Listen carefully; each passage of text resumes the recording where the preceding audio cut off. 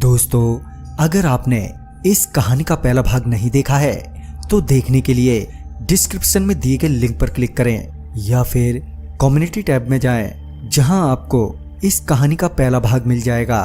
तो चलिए शुरू करते हैं इस कहानी का दूसरा भाग। ये उस वक्त की बात है जब रतन जी दिल्ली बिजबासन में रहा करते थे। वह बिजबासन में एक कंपनी में एज अ सिक्योरिटी गार्ड कार्यरत थे। साथ ही उनके परिवार के अन्य सदस्य भी उनके साथ ही रहा करते थे। अपने गांव से दूर कमाने आया ये परिवार अब शहरी माहौल में ढल चुका था। यूं तो परिवार में सब कुछ ठीक ही चल रहा था, मगर एक समस्या थी जो इस परिवार के लिए बड़ी परेशानी का सबब बनी हुई थी। वो थी रतन जी की दारू पीने की बुरी लत, जिसके चलते उनकी अक्सर अपने परिवार वालों से बहस हो जाया करती थी। परिवार द्वारा लाख समझाने के बाद भी रतन जी नहीं बदले। उनका रवैया वही रहा जो शुरू में था। ऐसे ही एक रोज रतन जी शाम को काम से घर लौटे और अपनी घरवाली से पूछा, क्या बना है खाने में।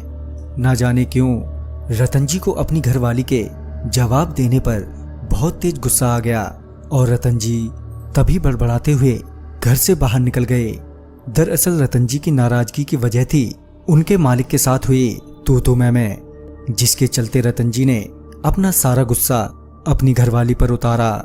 उन्हें यूं ही बाहर टहलते हुए काफी वक्त हो गया था, मगर उनका गुस्सा शांति नहीं हो पा रहा था।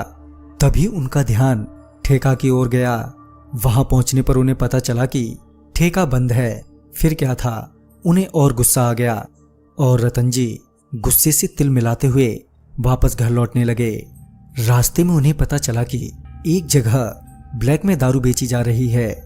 जब रतन जी दारू लेने के उस जगह पर पहुंचे तो उन्होंने देखा कि उस जगह काफी अंधेरा है, साथ ही वहां पर इक्का दुक्का ही लोग हैं। वहीं पर उन्हें एक झोपड़ी सी नजर आई जहां दारू बेची जा रही थी। रतन जी उस झोपड़ी में दाखिल हुए और दारू खरीदकर वापस लौटने लगे। रास्ते में उन्हें लगा कि 4-5 लोग उनका पीछा कर रहे हैं। रतन जी ने अपनी रफ्तार एकदम से तेज कर दी, मगर कुछ ही देर में उन लोगों ने उन्हें घेर लिया। दरअसल जब रतन जी दारू खरीद रहे थे तब उन्होंने अपने जेब से सारे पैसे निकाल लिए थे, जो कि उनकी पूरी तनख्वाह थी, जिसे देखकर वो लोग उनके पीछे लग गए। रतन जी इससे पहले कुछ कहते कि वो लोग रतन जी पर टूट पड़े। उन लोगों ने रतन जी के पैसे तो छीने ही, साथ ही उन लोगों ने रतन जी को खूब पीटा। अब वो बदमाश वहां से जा ही रहे थे कि रतन जी अचानक से बहुत गुस्से में आ गए। फिर उन्होंने उन सारे बदमाशों को इतनी बुरी तरह से पीटा कि वो सारे बदमाश वहीं बेहोश हो गए। उन बदमाशों को मारने के बाद रतन जी भी वहीं पर गिर पड़े। जब उनकी आंख खुली तो उन्होंने अपने भाई को अपने सामने पाया, जिनकी मृत्यु बहुत साल पहले हो चुकी थी। तभी रतन के भाई ने रतन से कहा, अपना ख्याल रखो, मैं हर बार तुम्हारी मदद नहीं कर सकता।